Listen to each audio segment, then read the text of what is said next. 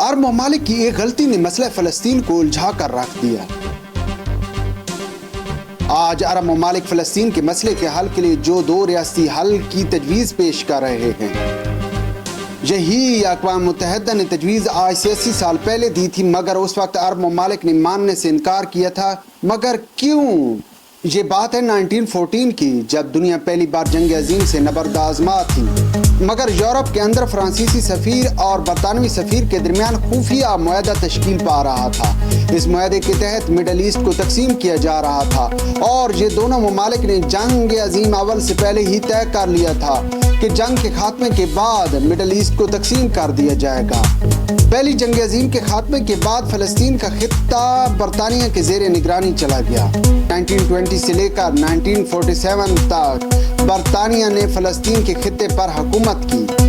پہلی جنگ عظیم کے خاتمے کے بعد برطانیہ نے جب فلسطین کا کنٹرول سنبھالا تو برطانیہ کی جانب سے یورپ سے بڑی تعداد میں یہودیوں کو فلسطین کے خطے میں آباد کرنے کی مہم شروع کی گئی۔ مقامی زمینیں یورپی یہودیوں کے حوالے کی گئی، جس کی وجہ سے یہودیوں اور مقامی آبادی کے درمیان تناؤ پیدا ہونے لگا۔ خیر، جنگ عظیم دوم کے بعد جب دنیا میں طاقت کا توازن مزید شفٹ ہوا تو 1947 کے اندر برطانیہ نے فلسطین کے خطے سے دستبرداری کا اعلان کر دیا۔ 1948 کے اندر اقوام متحدہ کی جانب سے ایک قرارداد نمبر 181 پاس کی گئی۔ یہ قرارداد بنیادی طور پر ایک منصوبہ تھا۔ اس منصوبے کے تحت اقوام متحدہ نے پارٹیشن پلان فار فلسطین کے نام سے ایک منصوبہ پیش کیا۔ اس منصوبے کے تحت فلسطین کے لیے دو ریاستی حل تجویز کیا گیا۔ جس وقت برطانیہ نے فلسطین کے خطے سے دستبرداری کا اعلان کیا تو اس وقت اقوام متحدہ کی جانب سے ایک کمیٹی تشکیل دی گئی۔ اس کمیٹی میں بہت سے ممالک شامل تھے، جن کے ذمہ یہ لگایا گیا کہ انہوں نے فلسطین کے مسئلے کے حل کے لیے تجاویز پیش کرنی ہے۔ اب اس کمیٹی نے جس وقت تجویز پیش کی کہ فلسطین کے خطے کو دو حصوں میں تقسیم کر دیا جائے تو اس وقت کئی ممالک نے اس تجویز کی مخالفت بھی کی، جبکہ امریکہ اور سوویت یونین نے اس وقت اس تجویز کی حمایت کی اور قرارداد نمبر 181 کو پاس کروانے میں اپنا اہم کردار ادا کیا۔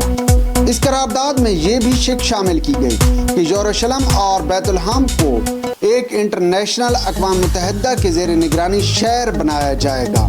اب اقوام متحدہ کی اس تجویز کو فوری طور پر اسرائیلی رہنماؤں نے قبول کر لیا اور اپنی ریاست کا اعلان کر دیا، مگر فلسطینی رہنماؤں اور عربوں کی جانب سے اس تجویز کی بھرپور مخالفت کی گئی، اور جو ہی اسرائیل نے ریاست کی حیثیت سے قیام کا اعلان کیا تو دوسرے ہی دن عرب ممالک کی جانب سے اسرائیل پر حملہ کر دیا گیا۔ اس حملے میں جہاں فلسطین کے مقامی رہنما شامل تھے، اس کے ساتھ ساتھ عراق، مصر، اردن، لبنان کے ممالک بھی شامل تھے۔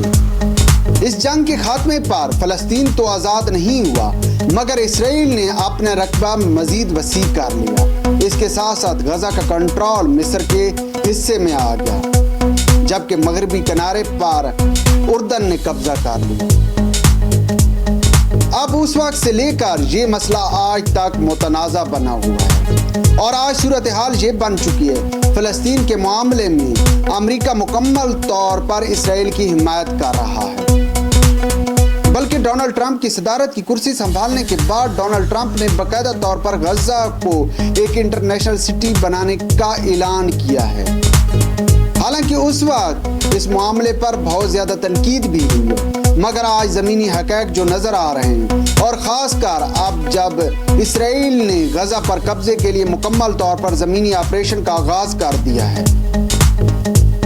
تو ایسے لگ رہا ہے کہ نتنیاہو اور ڈونلڈ ٹرمپ کے بیچ غزہ کو انٹرنیشنل سٹی بنانے کے حوالے سے کہیں نہ کہیں معاملات طے پا چکے ہیں، کیونکہ بظاہر تو نتنیاہو یہ کہہ رہا ہے کہ وہ غزہ کا کنٹرول صرف اور صرف حماس سے لینا چاہتا ہے، وہ حماس کی قیادت کے لیے آپریشن کر رہا ہے، مگر جس طرح پچھلے 2 سالوں میں اور خاص کر اب جب آپریشن شروع کیا گیا ہے، مقامی آبادی کو نشانہ بنایا جا رہا ہے اور لوگوں کو مجبور کیا جا رہا ہے کہ وہ غزہ چھوڑ دیں، ایسے میں یہی لگ رہا ہے کہ نتنیاہو غزہ سٹی پر قبضہ کرنا چاہ رہا ہے۔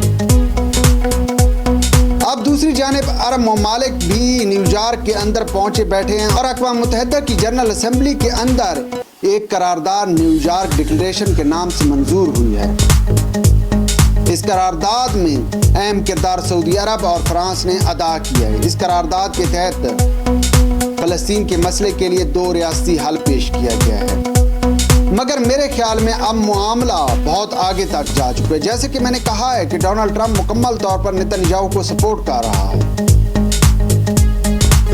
نتن یاہو نے پچھلے چند ماہ کے اندر کئی ممالک پر حملے کیے ہیں اور ان حملوں کے بعد اسرائیل پر نہ ہی کسی یورپی ملک کی جانب سے پابندی لگائی گئی ہے اور نہ ہی امریکہ نے۔ اس بات سے بھی آگاہ کرتا چلوں کہ جب اقوام متحدہ کے اندر نیو یارک ڈکلریشن منظور ہوا ہے، اس وقت امریکہ کی جانب سے فلسطین اتھارٹی کے رہنماؤں پر بھی پابندی لگائی گئی ہے کہ وہ امریکہ کا سفر نہیں کر سکتے ہیں اور محمود عباس سمیت تمام فلسطین اتھارٹی کے رہنماؤں کی تمام سفری دستاویزات امریکہ کے لیے امریکن حکومت نے معطل کر دی ہے۔